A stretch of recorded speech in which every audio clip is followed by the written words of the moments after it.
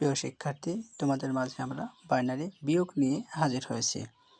এই বাইনারি বিয়োগ সম্পর্কে তোমাদেরকে জানতে হলে অবশ্যই বাইনারি বেস সম্পর্কে জানতে হবে, আর বাইনারি বেস 2 এটা মনে রাখতে হবে।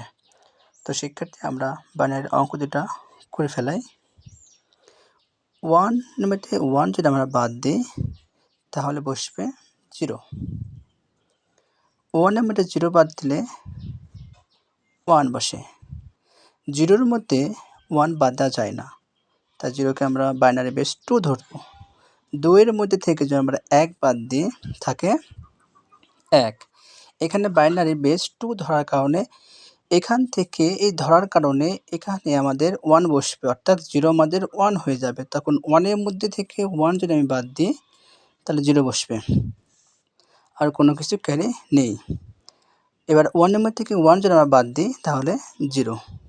ওকে শিক্ষার্থী, পরে আরেকটা আমরা দেখতে পারি। 1-এর মধ্যে থেকে 0 বাদ দিলে 1। 0-র মধ্যে 1 বাদ দেওয়া যায় না, তাই 0কে আমরা 2 ধরব।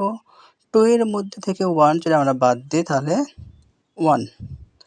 এখানে 2 ধরার কারণে এখান থেকে 1 আমাদের এখানে আসবে, অর্থাৎ 0 তখন 1 হয়ে যাবে। তখন মনে মনে 1টা আমরা এখানে বসিয়ে নেব। 1-এর মধ্যে থেকে 1 যদি আমরা বাদ দিই তাহলে বসবে 0। এবার আর কোনো হাতে ক্যারি থাকে না।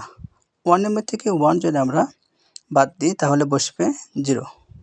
ওকে শিক্ষার্থী, এই বাইনারি বিয়োগ সম্পর্কে তোমাদেরকে জানতে হলে আবারও বলছি, তোমাদের বাইনারি বেস 2 এটা মনে রাখতে হবে এবং আমাদের চ্যানেলের সাথে অবশ্যই যুক্ত থাকতে হবে।